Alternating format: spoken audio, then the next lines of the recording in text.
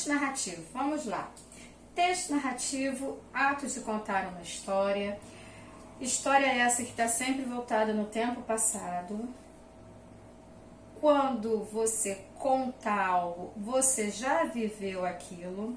Vocês verão isso mais à frente, mas não há como não relembrar a matéria já falada em sala de aula, mesmo que esteja no livro 2, certo? Então, texto narrativo é sempre algo que você conta de alguma história, de alguma vivência já acontecida.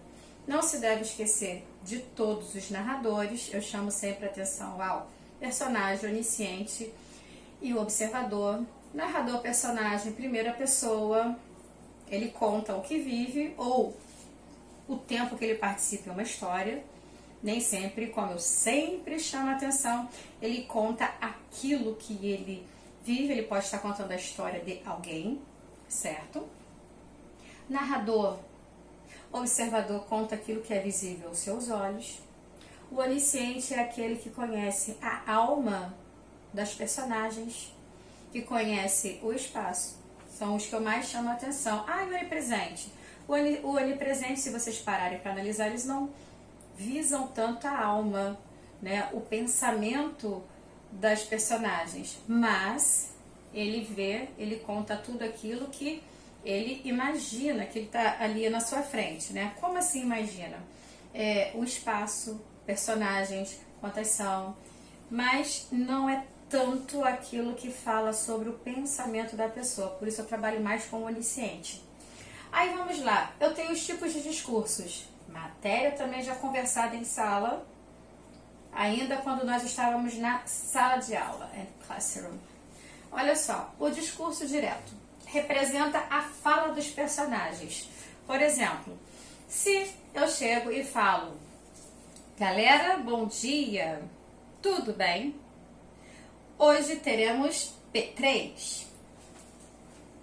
Bem, se eu cheguei para vocês e falei, cheguei, alguém pode chegar e contar assim: olha, a Valéria chegou durante a gravação, a aula online, e falou, ela deu bom dia para todo mundo e falou que hoje nós teríamos P3, só que não teve. Veja bem, qual é a diferença entre o discurso direto e indireto? Se eu acabei de chegar e falar para vocês: galera, bom dia, hoje teremos P3.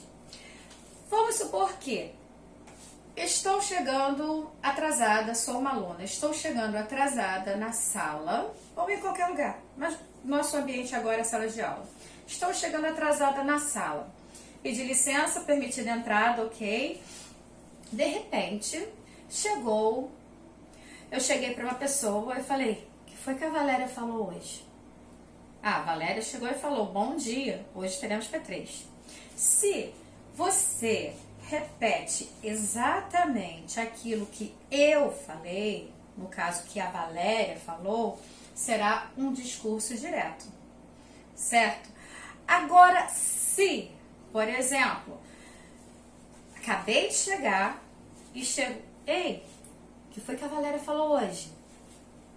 Aí você vai chegar e falar: ah, a Valéria só deu bom dia e disse que hoje teria P3. Veja só, você disse que eu havia dado bom dia, ok, havia dado, verbo no passado, e que hoje teria P3. Você não conjugou o verbo para frente. Ah, falou que teria P3. Verbo no passado. Então, você está contando algo que eu falei, que a Valéria falou. A partir do momento que você utiliza, se estiver lendo um texto, você é a voz do narrador. A partir do momento que o narrador, ele passa a falar como se fosse a voz da personagem, aí você tem um discurso indireto. Quando você tem a fala direta da personagem no livro, você tem o discurso direto. Por exemplo, pegar a história da Chapeuzinho Vermelho. Chapeuzinho Vermelho estava na floresta, de repente chegou na porta da casa da vovozinha e bateu lá na porta e falou: bom dia, posso entrar? E alguém falou: Pode entrar sim, minha netinha. Veja bem. Bom dia, posso entrar? No livro estará marcado com, o discurso direto estará marcado com o uso de travessão, assim como o uso de aspas para indicar a fala de alguém, a fala de algum personagem, a fala do personagem. Vai falar diretamente, ninguém estará falando pelo personagem, certo? Estará fazendo a fala do personagem. Bom dia, travessão, bom dia. Ou coloca aspas, abre aspas, bom dia, fecha aspas, certo? Agora, se eu chego e falo no discurso indireto, a Chapeuzinho chegou, deu bom dia e perguntou se poderia entrar. Então, lá de dentro da casa, foi dito a ela que podia entrar. E ela chegou lá, começou a conversar com a vovozinha, porque ela não sabia que era o lobo. Veja bem, quando estou contando a história, dizendo que a Chapeuzinho havia batido a porta, que havia sido permitida a entrada, que ela chegou e começou a conversar com o lobo, pensando ser a vovó, veja bem, agora eu estou no discurso indireto livre. Por quê? Não estou fazendo a fala da Chapeuzinho. Eu estou dizendo o que foi que aconteceu. Estou contando na ordem direta. Eu me tornei, eu narradora, passei a ser a voz da personagem. Eu estou falando por ela. Não estou falando por ela como se eu fosse ela, mas eu estou contando aquilo que foi falado. Entendido? Então, veja. O discurso indireto, ele permite ao narrador, utilizando a própria linguagem que ele está falando, reproduzir a fala e ou pensamento das personagens. Se de repente eu chego e falo que Chapeuzinho ficou preocupada. Estou lá, sou narrador e digo que Chapeuzinho ficou preocupada quando olhou para a vovó diferente. Exemplo, certo? Agora, veja, eu estou dizendo que ela ficou preocupada. Vamos ver, eu sou o que aqui no final das contas? Eu sou direto? Claro que não sou direto, porque eu não estou falando por ela. Eu sou narrador e eu estou dizendo o quê? Dentro do meu narrador, eu tenho várias colocações. Lembra dos narradores? Eu estou trabalhando com aquilo que ela está pensando. Então, olha só, pensamentos, preocupada, o estado dela, eu sou um discurso indireto, certo isso? Agora, olha só, eu coloquei o discurso indireto livre. Veja, esse aqui, ele é mais complicado. Se você não entender que esse direto, você tem a fala fidedigna, exatamente do personagem, sem mudança alguma, e se você lembrar também que quando você tem o discurso direto, você tem a introdução da pontuação, nela você vai ver aspas, abre aspas, acabou, fecha aspas, ou você vai para o travessão, que vai ser o indicativo de que ali há um diálogo, alguém está falando. Você tem que ter esse conhecimento. Aí o discurso indireto permite ao narrador, utilizando a própria linguagem. Você tem que saber que ele está falando algo por alguém. Se você entendeu, ótimo. Mas se você não entendeu, olha, eu só digo uma fala pequena. A língua portuguesa, em sua maioria, muitos gostam de decorá-la. Não é decorar, é interpretar. Se você decorou isto, porém não sabe aplicar, não sabe identificar, foi porque, olha só, eu falei o quê? Você decorou, você não pode decorar, você tem que entender. Se você entendeu, quando chegar aqui no discurso indireto livre, você não terá problema, sabe por quê? Porque você sabe identificar as duas. Mas por que eu estou falando isso? Simples. Por quê? No discurso indireto livre você tem os dois. Sendo que, dentro desses dois, você não tem a pontuação que você decorou lá atrás, porque você quer decorar, não quer interpretar. Então você decorou que o discurso direto é aquele que tem aspas e travessão. Só que de repente ele não vai aparecer para você. E você decorou também que o discurso indireto é quando o narrador faz a fala do personagem, tá bom? E quando tiver os dois ao mesmo tempo, você vai se perder, você não vai identificar, ou você vai ficar pensando quem tá falando o quê, por que tá falando isso?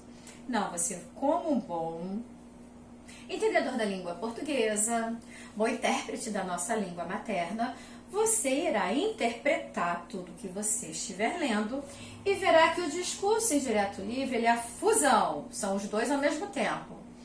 Só que sem a presença da pontuação para te ajudar aqui em cima na decoreba, porque não tem decoreba, é interpretação. Entre a fala do narrador e a do personagem. Não tem pontuação específica. Olha o exemplo, eu só coloquei o exemplo exatamente para o discurso indireto.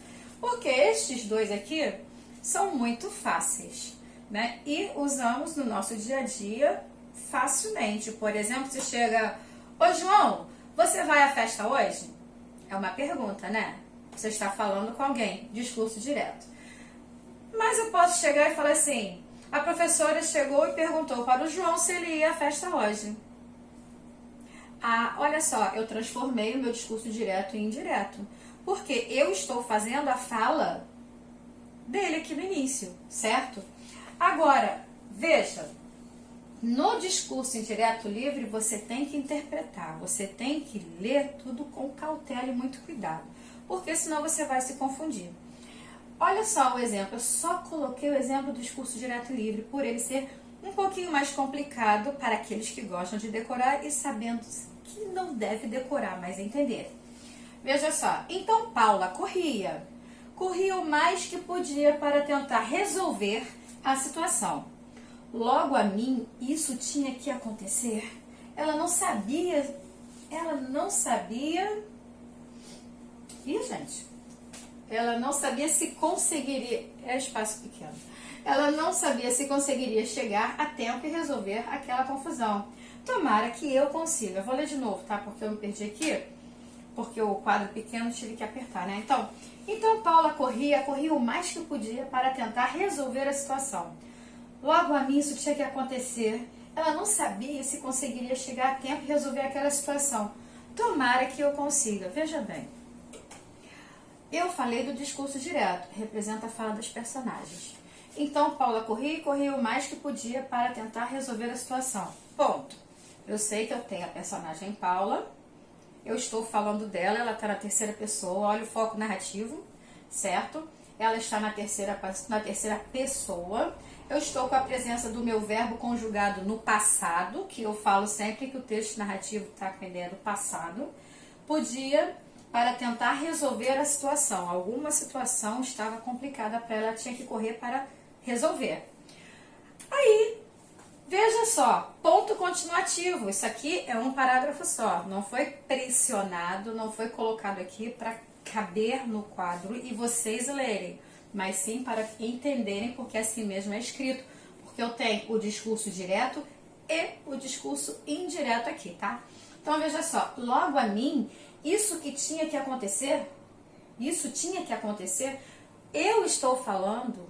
Apareceu um discurso, o narrador está falando, apareceu um discurso direto aqui, no meio da minha oração. Eu estou falando da Paula, que é a terceira pessoa, ela está correndo porque ela tem que resolver algo, e de repente eu, narradora, entrei e me posicionei. Cadê a travessão?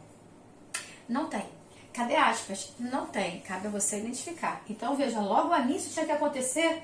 Volto agora para a terceira pessoa. Olha aqui ela, terceira do singular. Ela, quem é ela mesmo? A Paula, né? Ela não sabia se conseguiria chegar a tempo e resolver aquela situação, aquela confusão. Conseguiria resolver aquela confusão. A situação é uma confusão. Aquela confusão. Tomara que eu consiga. Veja, eu tenho hora terceira pessoa, hora primeira. Primeira oração, terceira pessoa, Paula. E a situação que ela tinha a resolver, estava correndo. Logo a mim, isso tinha que acontecer. Eu estou me posicionando, eu narradora me coloco na primeira pessoa, sem travessão, sem aspas. Ela não sabia se conseguiria chegar a tempo e resolver aquela confusão. Retórica, estou voltando a falar de quem? Tem uma anafra aqui, olha só, estou falando sobre a Paula, certo? Porque tudo começou com ela. Estou falando, voltei para a terceira pessoa. Tomara que eu consiga. Eu agora coloquei um discurso direto também. Então eu tenho a mistura dos dois. Preste atenção, não foi montado desta maneira para vocês entenderem. Inventei. Isso é um texto, tá? Extraído. Então eu fiz aqui, coloquei para vocês para interpretar e mostrar a vocês como é que faz a ida e a volta. Ainda brinquei com anáfora, com retórica, né? Estou voltando e introduzindo outras matérias, porque você está lá no início, depois passa depois você volta a falar de quem? Da Paula, da situação, que é a confusão, que vai ser explicada lá na frente. Olha só as figuras aí sendo trabalhadas. E eu tenho alternância da terceira pessoa com a primeira pessoa. Eu tenho a Paula e eu. Eu tenho ela de novo, Paula, terceira pessoa, e eu. E em nenhum momento aqui eu tenho sendo apresentado quando é o discurso direto. Cabe a você interpretar e entender. Entendido, galera? Então a aula de hoje foi essa, os tipos de discurso. Eu espero que vocês tenham entendido bem isto aqui. Dúvidas pelo WhatsApp. Tenham paciência que eu olho, tá? Eu olho, mas são muitos e-mails. Eu olho e respondo. Oh, desculpa, pelo WhatsApp não. Pelo e-mail, desculpa. Tenham paciência, eu olho. Mas tenham calma, são muitos, tá? Até a próxima.